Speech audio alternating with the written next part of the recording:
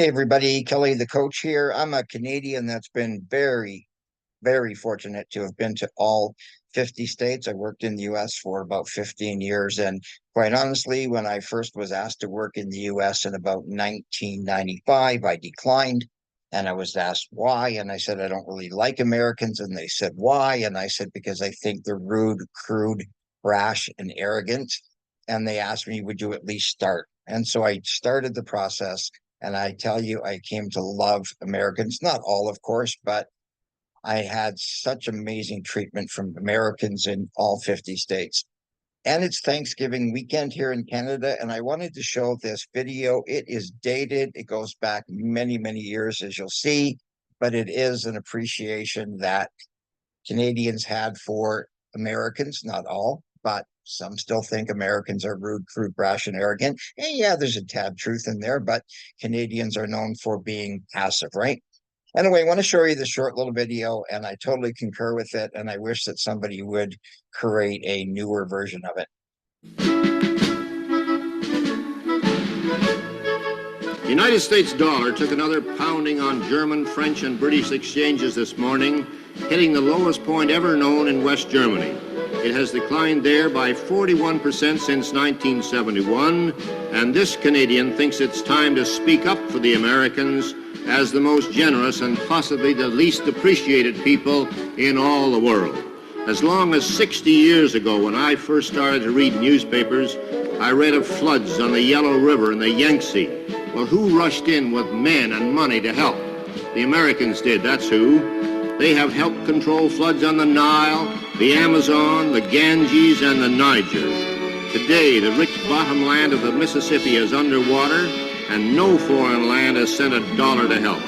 Germany, Japan, and to a lesser extent Britain and Italy were lifted out of the debris of war by the Americans, who poured in billions of dollars and forgave other billions in debts. None of those countries is today paying even the interest on its remaining debts to the United States. When the franc was in danger of collapsing in 1956, it was the Americans who propped it up, and their reward was to be insulted and swindled on the streets of Paris. And I was there, I saw that. When distant cities are hit by earthquake, it's the United States that hurries in to help. Managua, Nicaragua is one of the most recent examples. So far this spring, 59 American communities have been flattened by tornadoes. Nobody has helped. The Marshall Plan, the Truman Policy, pump billions upon billions of dollars into discouraged countries.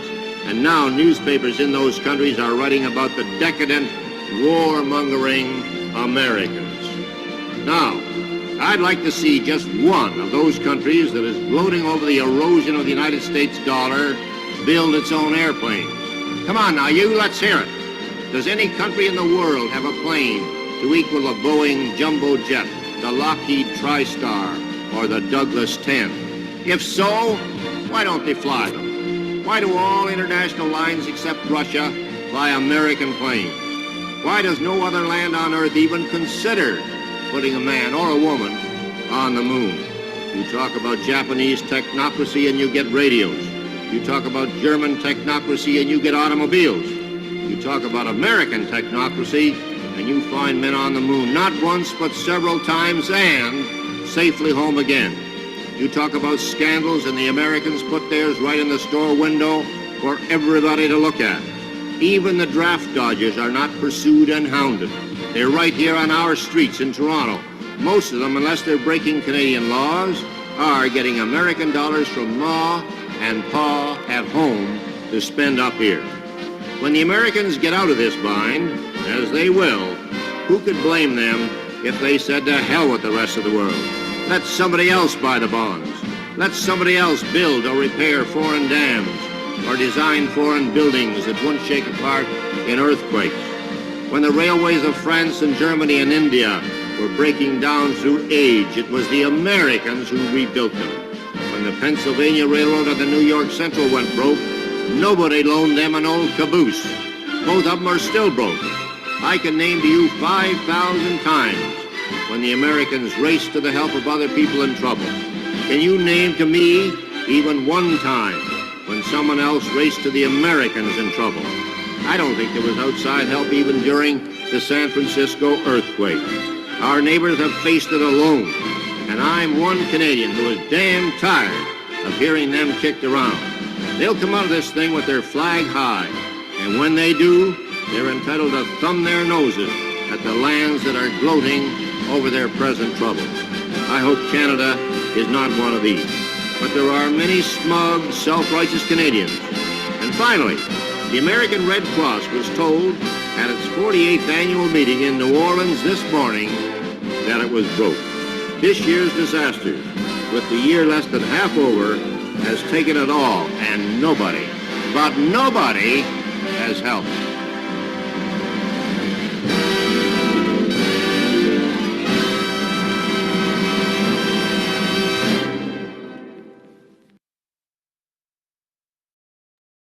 So I definitely share some of those sentiments. It's incredible what the US has done for many countries around the world. And are Americans squeaky clean? Absolutely not. Nor are Canadians. One thing that really bothers me is when people burn American flags and say death to America on American soil. And in fact, sadly, in Canada, we had somebody burning a Canadian flag and hating Canada. And my thinking is, if you hate it here, why don't you just go back? Anyway, no, Americans aren't squeaky clean, but after my amazing experience of being in all 50 states, and by the way, I've been asked, what is your favorite place in the US? And it's actually not just one answer to that. My favorite city by far is San Antonio. It's just an absolutely amazing city. It's got history, but it's also very upscale and just clean and just amazing. My favorite state is without a doubt Alaska. I've been up there maybe a dozen times, totally love it. My favorite place is actually the Grand Canyon. It's just completely spectacular.